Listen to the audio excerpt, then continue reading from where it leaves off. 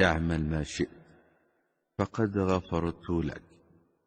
قال عبد الأعلى: لا أدري أقال في الثالثة أو الرابعة: اعمل ما شئت.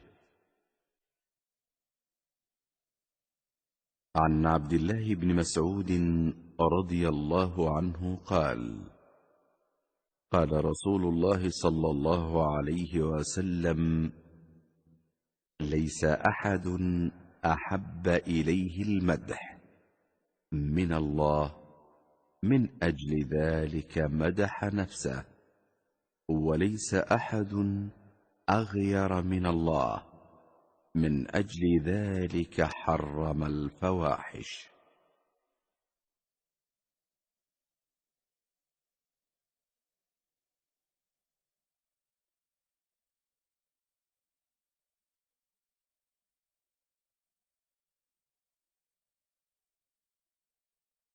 عن أبي هريرة رضي الله عنه قال: قال رسول الله صلى الله عليه وسلم: إن الله يغار، وإن المؤمن